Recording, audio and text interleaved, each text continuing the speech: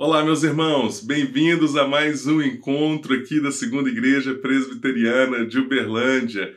Que alegria ter cada um de vocês aqui conosco. Que Deus abençoe a sua vida, que Deus abençoe o seu lar. Junte a sua família, compartilhe o link deste encontro com os seus amigos, para que eles também possam ser abençoados pela palavra do Senhor. Que o Senhor fale aos nossos corações, fortaleça as nossas vidas através deste encontro.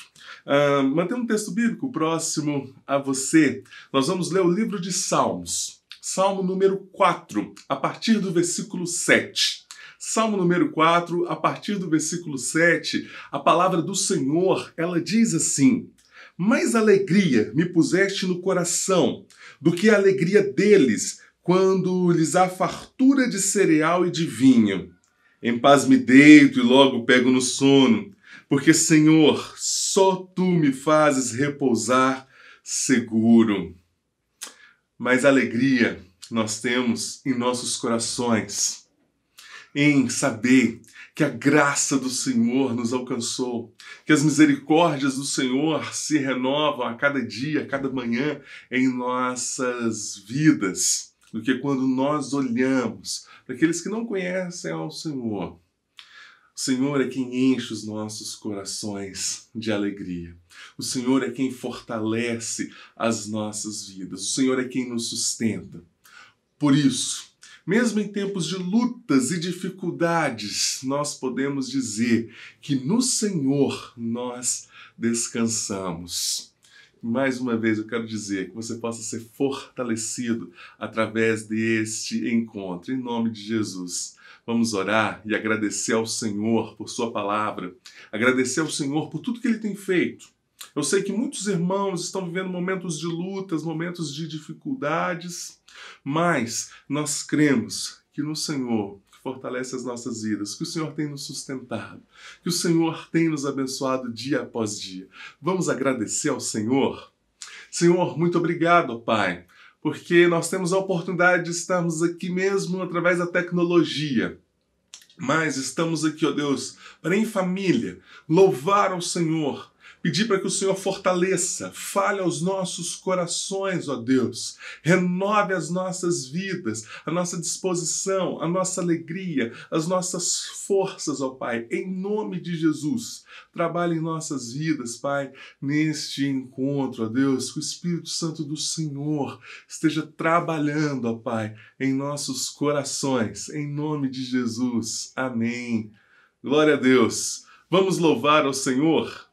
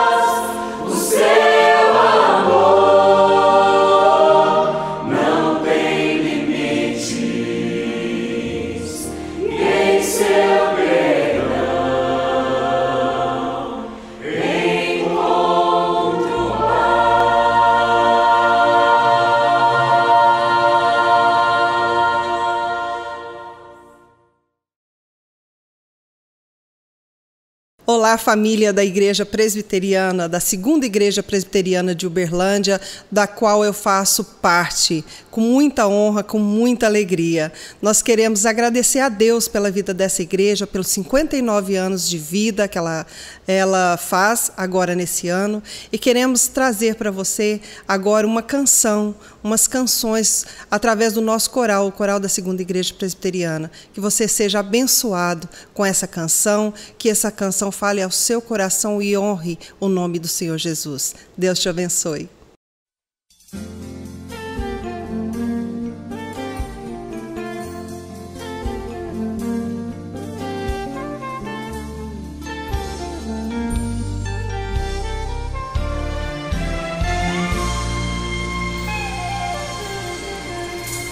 Aquele que pôs fim às minhas guerras é o mesmo que pôs limites no mar. Aquele que faz meu coração se acalmar é o mesmo que faz a estrela.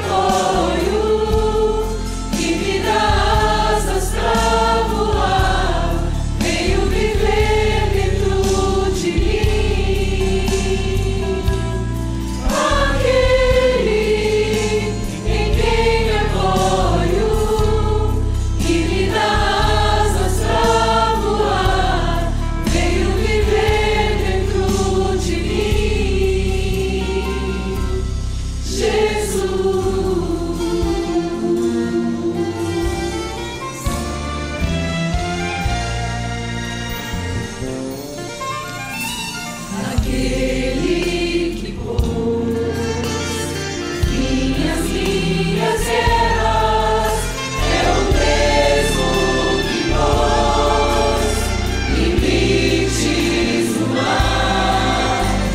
Aquele que faz meu coração se acalmar é o mesmo que faz a estrela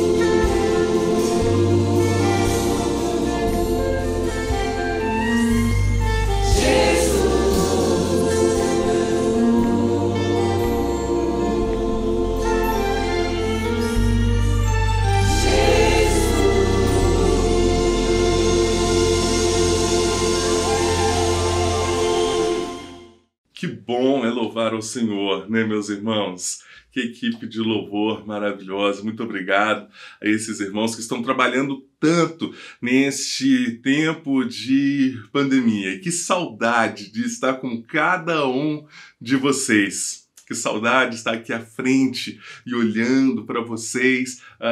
Muita saudade em nossos corações, todos os pastores, presbíteros, a equipe de louvor. Nós estamos orando, esperando o tempo certo de podermos estarmos juntos. Continue orando por isso. Esperamos muito por esses dias. Estamos com muita saudade de cada um de vocês. Sabemos que o nosso templo ele está fechado, mas a nossa igreja continua trabalhando muito, alcançando a vida das pessoas, através da diaconia, através dos ministérios. Queridos, como nós temos visto uma igreja ativa neste tempo. O trabalho da EBD, o trabalho do Ministério de Famílias, que bênção ver que a igreja neste tempo está ativa e está trabalhando. Glória a Deus por isso. Por isso, meus irmãos, nós contamos com as colaborações de vocês. Está aqui os dados das nossas contas. Se você desejar ofertar, dizimar, faça com alegria, faça com disposição, faça com generosidade de coração. Deus tem usado muito a segunda igreja presbiteriana aqui na cidade de Uberlândia e você pode fazer parte disso. Parte da vida dos nossos seminaristas, parte da vida dos nossos missionários, parte do nosso trabalho social. Deus tem nos abençoado tanto. E nós temos uma igreja tão amorosa, uma igreja que nesse tempo está tão junto. Nós agradecemos a cada um de vocês. Eu quero separar um tempo de oração e de intercessão por aqueles que estão passando por alguma dificuldade na área da saúde. Sabemos que temos esse quadro da pandemia, quantas pessoas próximas, amigos, familiares, pessoas próximas a nós que perderam outras pessoas por conta deste tempo, mas também, além disso, sabemos de outros irmãos que estão passando por alguma luta, por alguma dificuldade. Por isso, se você conhece em específico algum caso, eu não vou colocar aqui algum caso em específico, mas se você conhece em específico alguém que está com alguma dificuldade, sofrendo alguma enfermidade, eu queria te convidar você orar por esta pessoa. A tirar esse tempo de rogar a Deus por essa família.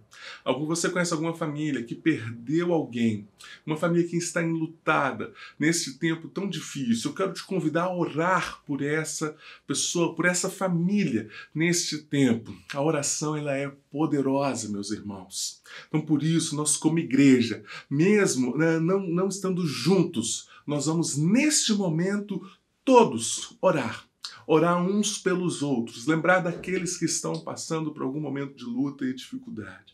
Vamos tirar esse tempo de oração? Senhor, nós intercedemos, nós rogamos ao Senhor, ó Pai, pelas suas misericórdias. E essa atitude de clamar, de rogar ao Senhor, mesmo em um tempo tão difícil, mesmo no tempo de tantas lutas, ó Pai, traz um conforto para os nossos corações. Porque nós sabemos que podemos buscar ao Senhor. Nós sabemos que podemos rogar, interceder, te clamar. E a certeza que o Senhor está nos escutando. A certeza que nós não estamos sozinhos, que o Senhor que é soberano está cuidando de todas as coisas, ó Pai. Nós te agradecemos. Pedimos àqueles, ó Pai, que estão enfermos, por aqueles que estão acamados, por aqueles que estão enlutados. Por aqueles, ó Deus, que estão passando por esses momentos tão difíceis, ó Pai. Que o Senhor conforte os corações, que o Senhor traga sabedoria para os familiares, ó Deus. Que a doce presença do Senhor, ó Pai, através do Teu Santo Espírito, possa ser sentida em cada lar, ó Deus. Abençoe cada um desses irmãos, aqueles que estão se recuperando, ó Pai. Fortalece a vida deles, ó Pai. Em nome de Jesus. Amém.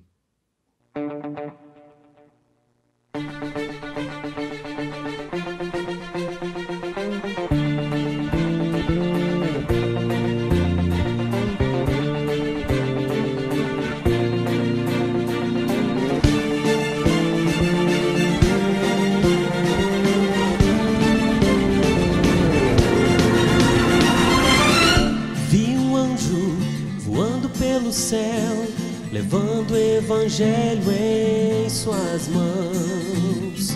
Toda tribo, língua e nação irá ouvir. O povo escolhido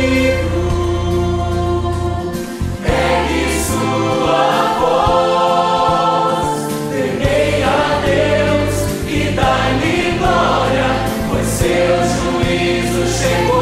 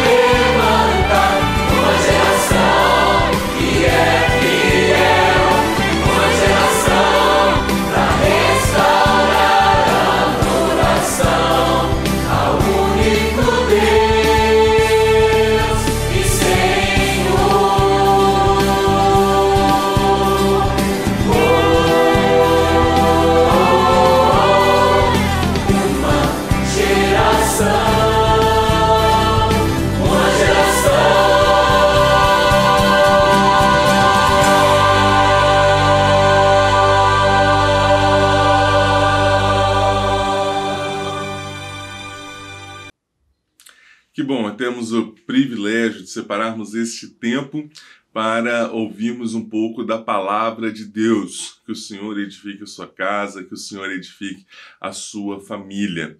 Na semana passada eu falei um pouco sobre o Setembro Amarelo, mês de prevenção ao suicídio, mencionei um pouco no último dia 10 de setembro, Dia Internacional de Prevenção ao Suicídio, e como que esse assunto tem sido muito falado durante este mês. diante de todos os problemas, diante de todas as dificuldades que nós estamos vivendo, que nós estamos passando. Porque junta-se com os problemas do cotidiano, que nós já temos todas as semanas, todos os anos, os imprevistos da vida que acontece, mas soma-se a esse quadro de pandemia, e o que nós temos é uma matemática muito perigosa.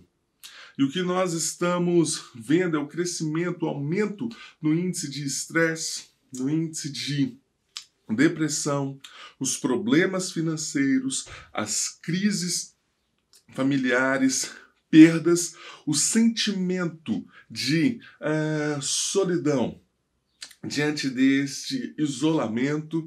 E quando nós ligamos os noticiários, a internet, as notícias não são tão boas. Abusos, corrupções, e isso afeta diretamente as nossas vidas. Isso mexe conosco. E a grande maioria de vocês que estão assistindo, a grande maioria de nós, no ano de 2020, teve algum momento que foi marcante, passou por algum momento de dor. A grande maioria das pessoas podem dizer que 2020 não está sendo um ano muito fácil. Com certeza, meus irmãos, um ano de muitos desafios, mas um ano que Deus também ele tem nos ensinado muito. Um ano que nós estamos vendo e aprendendo com o Senhor. Mas quando eu falo sobre dor, sobre sofrimento, por N motivos que nós citamos aqui, me surge uma pergunta. O cristão, ele pode sofrer? O cristão, o crente em Cristo Jesus, ele pode ter depressão? Sobre isso que nós vamos falar um pouco aqui neste tempo. Quando a vida dói, quando a dor, quando as crises batem à nossa porta. Sabe, meus irmãos, o que nós vemos quando respondemos essa pergunta é, às vezes, algumas distorções de verdades bíblicas profundas. Porém, quando distorcidas, podem ser muito prejudiciais para a nossa vida. Você quer ver uma verdade profunda? Em Cristo Jesus nós somos mais que vencedores. Isso é uma verdade? Sim. Em Cristo Jesus somos mais que vencedores. Ou, Deus tem um plano maravilhoso para a minha vida. De fato, Ele tem. Mas sabe quando isso é distorcido? Quando eu encaixo o ter uma vida vencedora em meus paradigmas. No que eu penso que é ter uma vida vencedora. Sabe qual é o problema quando nós falamos Deus tem um plano maravilhoso para a minha vida? É eu encaixar esse plano maravilhoso naquilo que eu penso que é maravilhoso. E não naquilo que Deus traçou, e não naquilo que Deus planejou. Frequentemente nós queremos encaixar Deus em nossos propósitos e em nossos paradigmas, e não colocar a nossa vida nas mãos de Deus. E aí nós vamos sofrer, vamos ter algumas distorções dessas verdades. Mas hoje eu quero refletir com você, para a gente ver essas verdades, o que é uma vida vencedora, o que é viver debaixo dos planos de Deus, como viver diante da dor e do sofrimento, mantendo firme a fé. Eu quero ver com você a vida de Jó. Jó ele nos ensina muito a respeito da soberania de Deus, de como Deus está conduzindo todas as coisas. Para começar, eu quero que você mantenha um texto bíblico próximo a você. Jó, capítulo 19, apenas o versículo 25.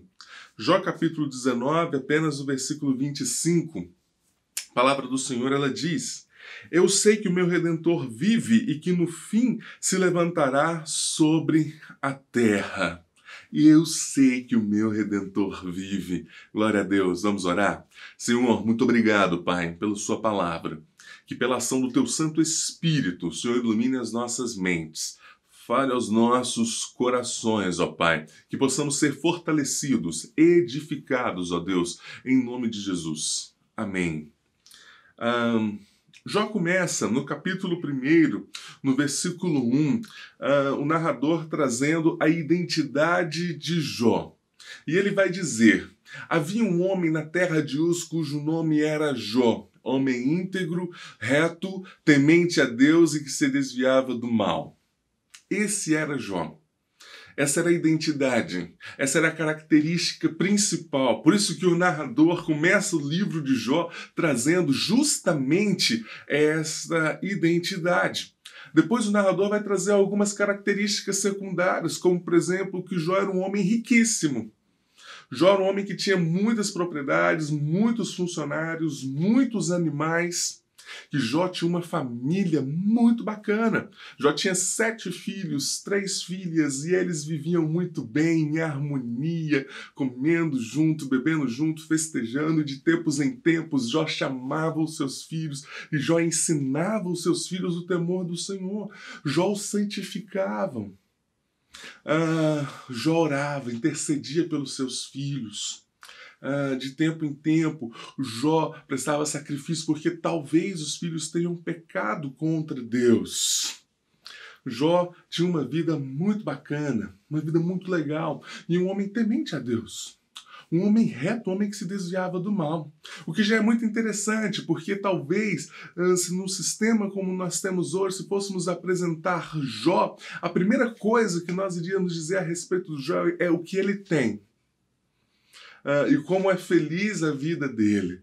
Mas o livro de Jó já nos mostra aquilo que é a característica mais importante da nossa vida. O que precisa ser a característica mais importante do homem?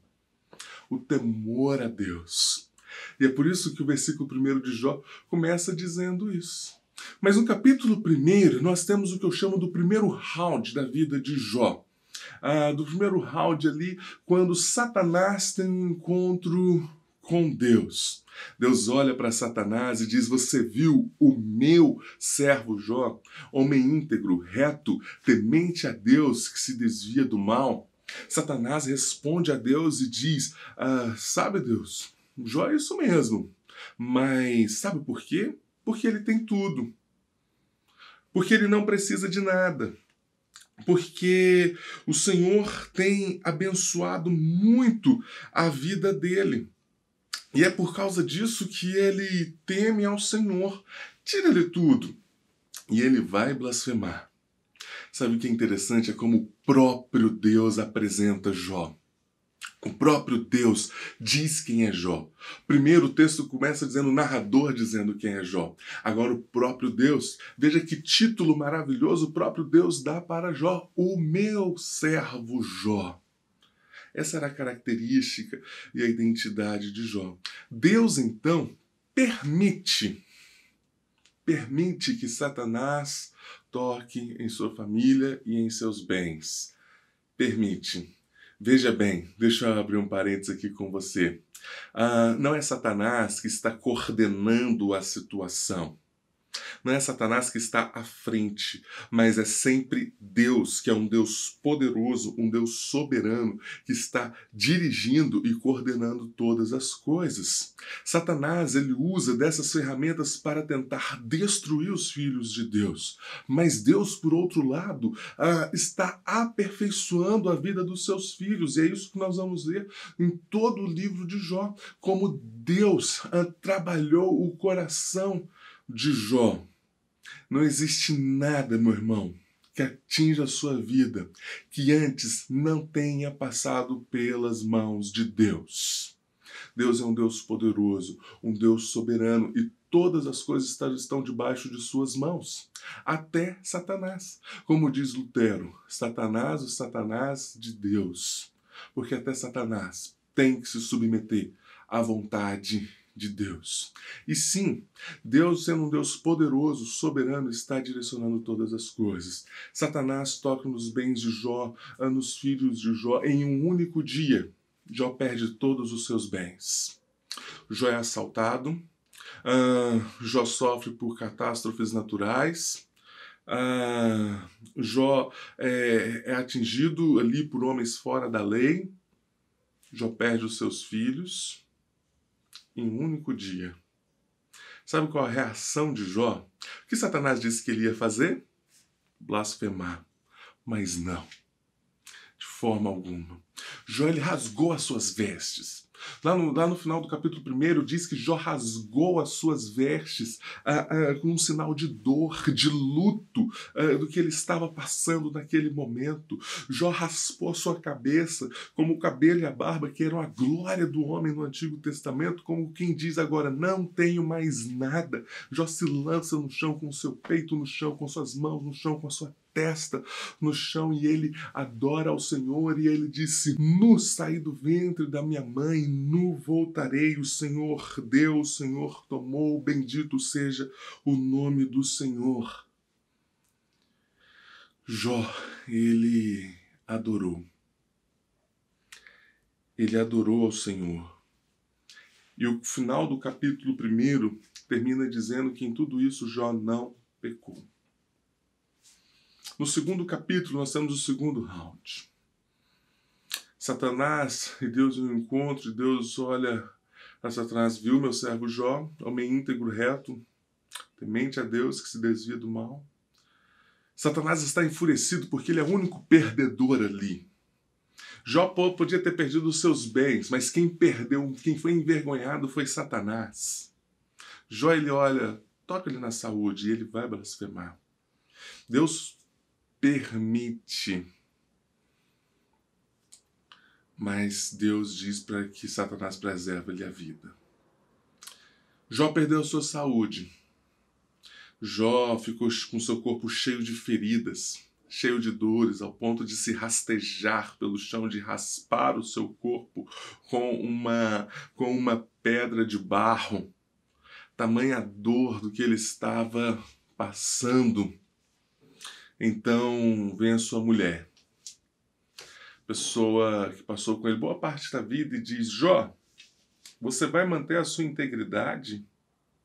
Blasfema contra o seu Deus, Jó, e morre.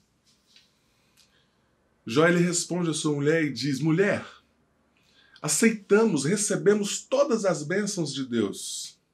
Aceitamos o bem de Deus, tudo que Deus nos deu, tudo que nós tínhamos, foi Deus quem deu. Não vamos aceitar o mal, não vamos aceitar que Deus, em sua soberania, graça, poder e amor, que está conduzindo todas as coisas, não vamos aceitar isso dele, de que ele está direcionando tudo em nossas vidas, mulher. E mais uma vez o texto diz, Jó não pecou.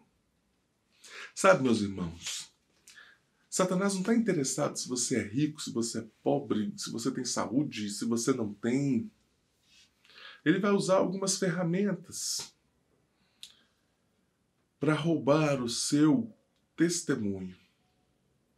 Porque em tudo Jó adorou ao Senhor e Jó não pecou, não blasfemou contra Deus.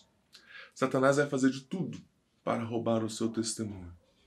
E Deus vai fazer de tudo para te aperfeiçoar segundo os propósitos dele.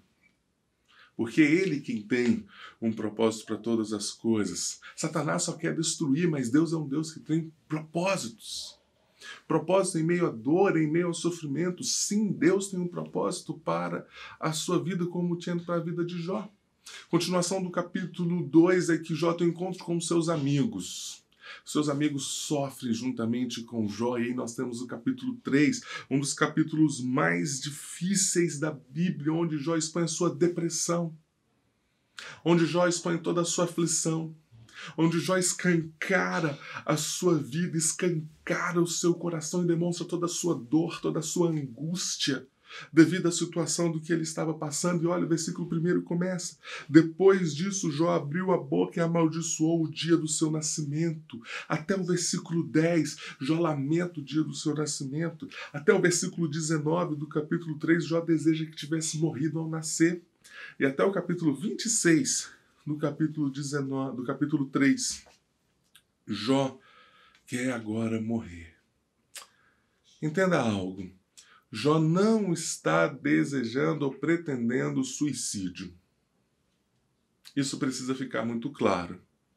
Mas Jó deseja que esse dia chegue, tamanha dor que ele está passando.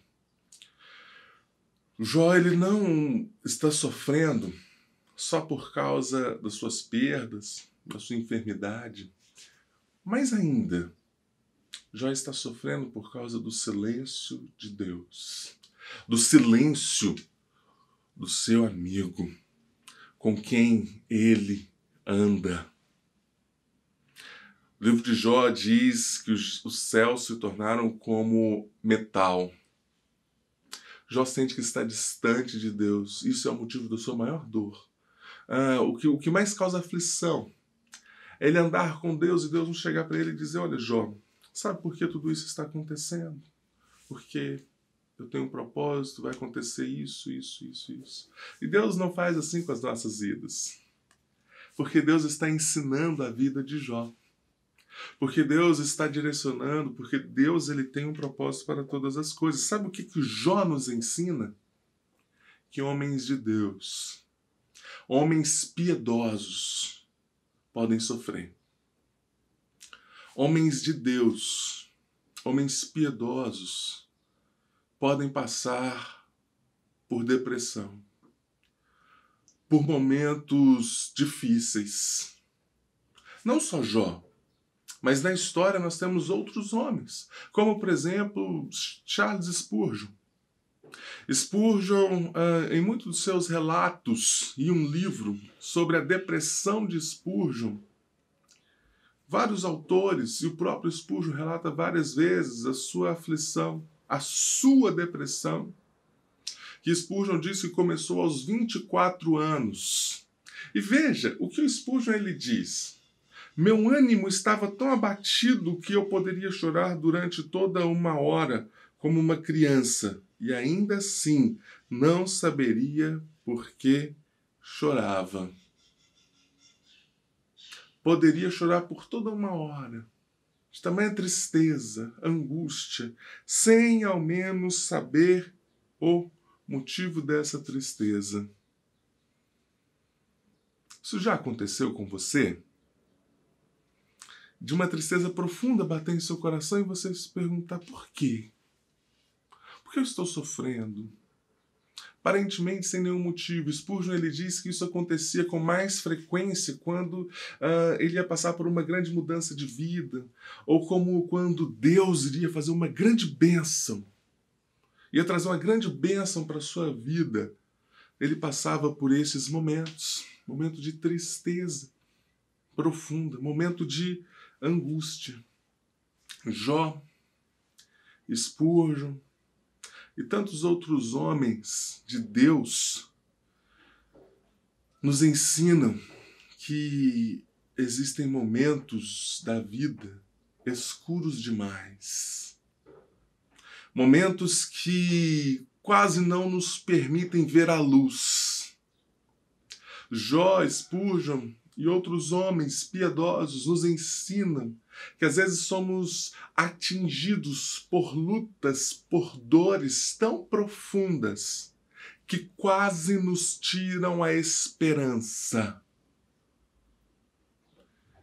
Que homens de Deus e piedosos também sofrem, também passam por lutas, também passam por dificuldades. Mas o sofrimento de Jó não parou aqui. Do capítulo 4 ao capítulo 30, nós vamos ver um diálogo entre os seus amigos. Agora o texto passa por uma estrutura de poesia. E dentro dessas poesias, Jó é questionado. Jó é questionado na sua fé. Os amigos de Jó dizem que ele não é mais um homem de Deus. Os amigos de Jó questionam se ele não está em pecado. Ele faz Zofar e Bildade, seus amigos que estavam ali sentados com eles no chão, seus amigos que eram seus irmãos, os seus companheiros de fé. Ele lá no capítulo 4, ele vai dizer: se alguém se aventurar a dizer-lhe uma palavra, você ficará impaciente? E ele diz lá no capítulo 4, olha, Jó, você que era um homem tão sábio, as suas palavras restauraram, sustentaram a vida de tantas pessoas. Você fortaleceu tantos joelhos fracos, mas agora quando a luta, quando a dificuldade vem sobre a sua vida, você fica prostrado? Como que alguém diz, a sua fé é só da boca para fora? A sua fé não funciona na sua vida? Você fala para as pessoas, você ensina, mas quando é você fica aí se lamentando, desejando a morte. Jó, ele responde no capítulo 6, ele diz, olha, se você pudesse somente pesar o que eu estou passando, Jó está dizendo, se você tivesse um pouco de empatia. Às vezes nós encontramos pessoas assim. Ou às vezes somos esse tipo de pessoa. Que falta empatia em nosso coração para lidar com a dor e com o sofrimento dos nossos irmãos, para lidar com a dor e com o sofrimento daqueles que estão próximos. Elifaz era um amigo, um homem próximo de Jó, mas lhe faltava se colocar no lugar de Jó.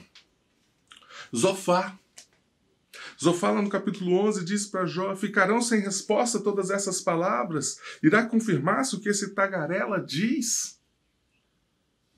Ele vai falar dessa forma e vai ficar tudo certo? Olha, Jó, você fala que a lei de Deus é pura, que você é um homem reto, temente a Deus, que se desvia do mal, mas olha, lá no versículo 6 do capítulo 11, Zofar ele diz, fique sabendo que Deus esqueceu alguns de seus pecados. Olha, Jó, você pecou. Você pecou, Jó. Você não está passando por esse motivo de graça. Isso não está acontecendo com sua vida de graça por nada. Você errou, certamente. É isso que o Zofar está dizendo. E aí o Zofar está dizendo agora, olha, mas fique sabendo, Deus esqueceu alguns de seus pecados. Lá no capítulo 12, Jó ele responde e ele diz, tornei-me objeto de riso para os meus amigos, logo eu, homem íntegro, reto, que temo a Deus, que me desvio do mal, que ando com Deus, logo eu, objeto de riso para os meus amigos, e eles me acusando. Bildade, no capítulo 19, olha para Jó e diz, até quando você vai ficar falando, Jó? Até quando você vai proceder com insensatez? E vai dizer para Jó, pare com isso, seja um homem sensato. Sabe por quê, Jó? E lá no final do capítulo 18, Bildade, ele vai dizer, essa é a situação de quem não conhece a Deus. Logo Jó. O próprio Deus o chamou meu servo Jó. Meu servo que anda comigo. E agora Bildade, um de seus amigos, porque Jó está sofrendo, porque Jó está passando por um momento de luta aguda, profunda. Bildade olha para Jó, olha, isso, quem passa por isso é quem não conhece a Deus. Ah, meus irmãos, que tempo difícil Jó estava passando. E como nós encontramos pessoas como os amigos de Jó. E às vezes nós mesmos fazemos o papel dos amigos de Jó na vida de outras pessoas ou em nossa própria vida também. Sabe por quê? Por causa de uma fé distorcida. Por conhecer algumas verdades profundas, bíblicas, mas querer aplicar essas verdades como nós entendemos. Não se submeter a vontade de Deus. Não entender que Deus é um Deus soberano, poderoso, que está coordenando todas as coisas. Mas uma fé distorcida, prejudicial, que questionava, que acusava, que desencorajava a Jó. Se fosse em nossos dias, eu iria dizer que Elifaz era o desencorajador. Porque ele olha para Jó e diz: as suas palavras não têm efeito para a sua vida. Você é um homem que não sustenta as próprias palavras. Zofar, o acusador. Para Zofar, Jó era um homem falso, um tolo, que se enganava. Bildade, o destruidor. Para Bildade, Jó era um homem que não conhecia a Deus. Veja que difícil o desafio de Jó, a luta de Jó. João Calvino, ele vai dizer algo sobre os amigos de Jó. E ele diz o seguinte: em toda essa discussão, Jó tem uma causa boa e os amigos, ao contrário, uma causa ruim. Mas Jó, com a boa causa, luta contra o mal. Os outros, com a causa ruim, lutam contra o bem. E quanto mais tempo Jó passava com os seus amigos, mais Jó via que os seus amigos estavam errados, que os seus amigos não estavam falando a verdade. E aí nós chegamos no capítulo 19 de Jó. Nos primeiros versículos, a partir do versículo 7, Jó demonstra o silêncio de Deus com aquela situação. E ele diz: se eu grito injustiça, não obtenho resposta. Se eu clamo, parece que ninguém me escuta. E a partir do versículo 13, Jó diz a respeito da sua solidão. Ele afastou de mim os meus irmãos, até os meus conhecidos estão longe de mim. Veja que momento de luta, de sofrimento, Jó está passando. Às vezes você está passando por um momento de profunda dor, por causa de alguma perda,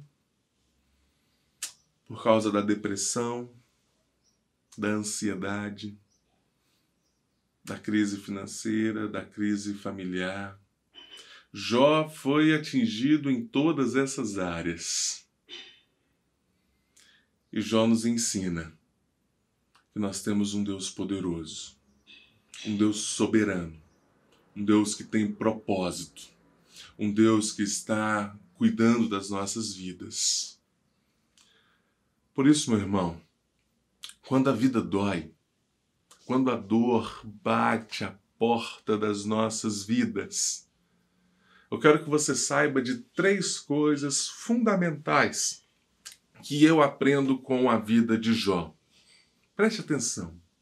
Primeiro, saiba, o silêncio de Deus não significa que Ele não está trabalhando.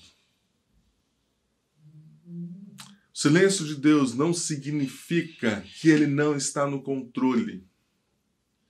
Não significa que Ele não está olhando para a sua vida. Mas o que Jó nos ensina, que nós temos um Deus soberano, um Deus que tem a história em suas mãos. Um Deus que tem a história das nossas vidas em suas mãos. E no versículo 23 e 24 do capítulo 19 de Jó, ele diz: quem dera as minhas palavras fossem registradas, quem dera fossem escritas no livro, fossem talhadas a ferro no chumbo ou gravadas para sempre na rocha. Quem dera tudo que eu estou passando se tornasse, pelo menos, ensinamentos para gerações futuras. Pudesse, pelo menos, ficar registrado para que outras pessoas possam aprender. E sabe o que está acontecendo aqui agora? Nós temos um dos escritos mais antigos da história. um dos escritos mais antigos da Bíblia, o livro de Jó, que chegou até nós e está nos ensinando a respeito do caráter de Deus, a respeito da soberania, do amor, da graça, da misericórdia. Este livro chegou até nós. Este livro que está entre os principais livros da história, entre a história da criação, entre as poesias mais belas de Salmos. E essas poesias registram a história de Jó. E ele que esperava que chegasse até as futuras gerações. E há milhões de anos vem ensinando pessoas a respeito de um Deus soberano e de um Deus que tem um propósito. Se isso, queridos, não te mostra que Deus é um Deus poderoso, que tem propósito, que Deus é um Deus que tem a história em suas mãos, o que Jó passou há milhares de anos atrás ensina as nossas vidas hoje, porque Deus tem um propósito para todas as coisas. Porque Deus tem um propósito para a dor, porque Deus tem um propósito para todo o sofrimento. E nós sabemos que é momentâneo, que é leve, diante da glória reservado para as nossas vidas. Saiba que Deus tem um propósito para todas as coisas. Segundo, saiba que é preciso manter firme a nossa convicção. Versículo 25 e 27, capítulo 19 de Jó. Eu sei que o meu Redentor vive e que no fim se levantará sobre a terra, e depois que o meu corpo estiver destruído e sem carne, verei a Deus. Eu o verei com os meus próprios olhos, e eu mesmo e não outro, como anseia no meu peito o coração. Eu verei, eu sei que o meu Redentor vive. Jó está dizendo, apesar da dor, apesar das perdas, apesar do silêncio, apesar da solidão, apesar da depressão, apesar do distanciamento, eu sei que eu tenho um Deus. Eu sei que eu tenho um Deus vivo. O meu Redentor vive. E eu verei. E Jó, ele diz, quando eu não tiver mais nada, quando eu não tiver mais carne, quando eu perder tudo, quando eu perder essa vida, eu verei com os meus próprios olhos. Sim, eu o verei. Como espera, como deseja o meu coração. Em Apocalipse, nós temos uma promessa maravilhosa para as nossas vidas. Que um dia estaremos na plenitude da presença de Deus, na eternidade, com Ele. Que não haverá mais dor, não haverá mais choro, que toda lágrima será enxugada. Mas sabe o que é mais importante disso tudo? Não é que não vai existir mais dor, não é que não vai existir mais choro, e que toda lágrima será enxugada. Mas o mais importante é que nós vamos estar na plenitude da presença de Deus. E é isso que era importante para Jó. Jó não estava dizendo, eu sei que o meu Redentor vive e um dia ele vai me curar, eu não vou ter mais feridas, eu vou ter a minha vida restaurada, os meus bens restaurados. Não. Jó está dizendo, quando eu perder tudo, eu sei que eu tenho a esperança da sua presença. Eu sei que o meu Redentor vive. Deus, ele pode, meu irmão, nos curar. Deus, ele é poderoso para curar. Deus, ele restaura. Deus pode nos prosperar, sim, como aspectos da sua graça, da sua misericórdia para com as nossas vidas. E Deus fez isso com a vida de Jó, mas para Jó isso não era o mais importante. Mas o mais importante era a presença de Deus, a convicção que o Redentor vive. E hoje nós podemos ter essa convicção em Cristo Jesus. O nosso Redentor. Aquele que se entregou, que pagou o preço dos nossos pecados, que levou as nossas dores, as nossas aflições. O castigo que nos traz a paz está sobre ele. E sobre as suas feridas nós somos curados, religados, certos de que Ele está vivo, de que Ele ressuscitou, Cristo Jesus ressuscitou. E nós temos uma viva esperança nele, na obra dele. É isso que Jó está dizendo, sobre a esperança dele em Deus. Sobre no momento mais escuro, na noite mais escura, no dia mais sombrio, na dor mais profunda, ele grita: eu sei que o meu Redentor vive. Tamanha sua convicção em seu Redentor. Terceiro, saiba que Deus sempre vence. Versículo 28 e 29 do capítulo 19 de Jó. Se vocês disserem: vejamos como vamos persegui-lo, pois a raiz do problema está nele, melhor será que temam a espada, porque por meio dela a ira lhes trará castigo, e então vocês saberão que há julgamento. Jó está falando para os seus amigos.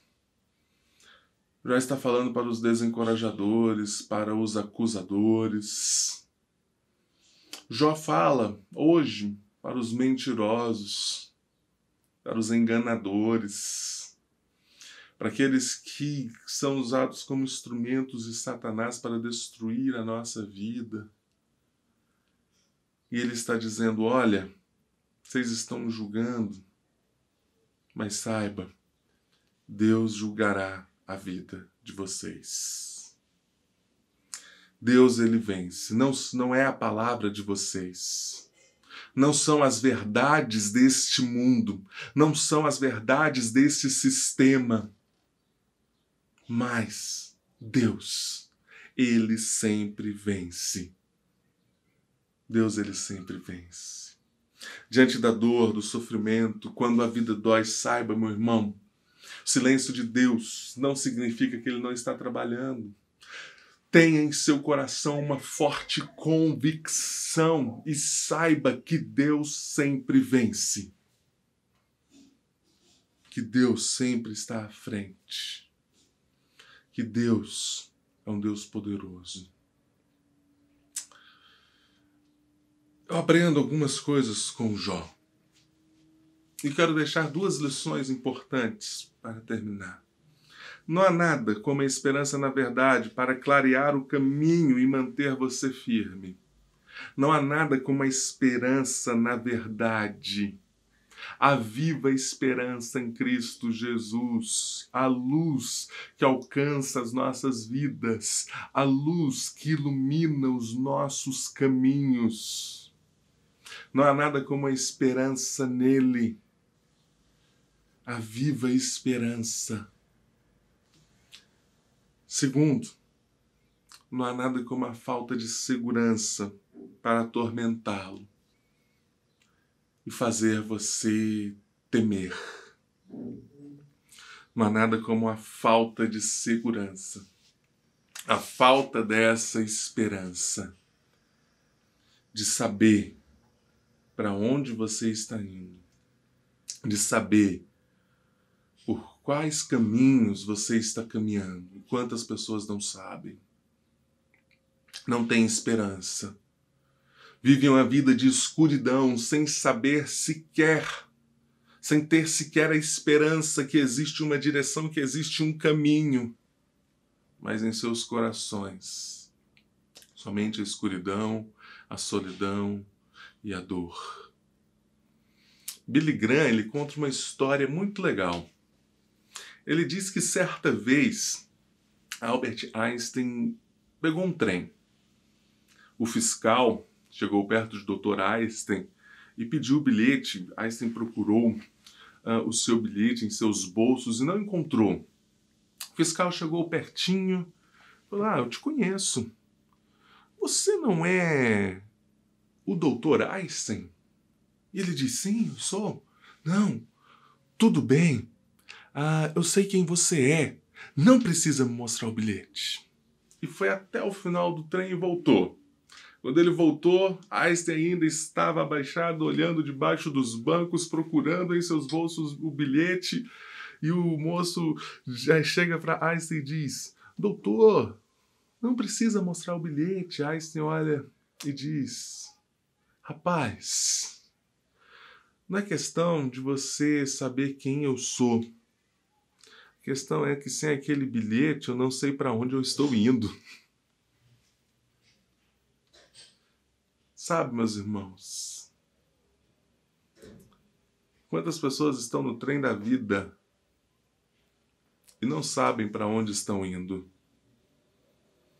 Bildade olha para Jó, capítulo 18, não é uma mentira, é só dito para a pessoa errada. E ele chega no final e conclui: olha, essa é a vida de quem não conhece a Deus. Bildade não estava falando uma inverdade. Estava apenas errado para quem ele estava dizendo. Mas talvez você que está me assistindo é a pessoa certa. Talvez você não conhece a Deus. Talvez você não tenha essa viva esperança no Senhor. Que o Senhor fortaleça a sua vida. Encha o seu coração de temor. Que o Espírito Santo de Deus restaure corações neste momento. Quero convidar você a apresentar a sua vida diante do Senhor. Analisar o seu coração. Se você está sofrendo um momento de dificuldade, de dor, lembre-se dessas verdades. De que Deus está trabalhando. De que nós precisamos ter uma convicção forte nele, uma firme convicção, e saber que Deus sempre vence. Guarde essas verdades em seu coração, que isso fortaleça a sua vida. E se você não conhece ao Senhor, ore a Ele. Peça para que Ele se apresente a você. Peça para que o Espírito Santo toque em seu coração, e fortaleça e te vivifique, te traga a vida, a certeza da vida do Redentor. Nós vamos orar. Senhor, muito obrigado por sua palavra, Pai, que tanto nos ensina, que tanto fala aos nossos corações, mesmo no momento de tanta luta, de tanta dificuldade, como tem irmãos, amigos queridos passando, ó Deus, nós te agradecemos, Pai. Porque nós aprendemos com a vida de Jó, o seu poder, a sua soberania, como o Senhor agiu na vida de Jó. Sabemos que o Senhor restaurou todas as coisas na vida de Jó, mas o mais principal é que ele conheceu o Senhor de forma mais profunda. Que o Senhor, Pai, nos ensine, que o Senhor nos permita te conhecer de forma mais profunda. Isso causa muito temor, Pai, ao meu coração, essa oração. Porque eu sei que o Senhor tem um propósito para todas as coisas. Eu sei que esses propósitos não são como os meus, mas é o Senhor.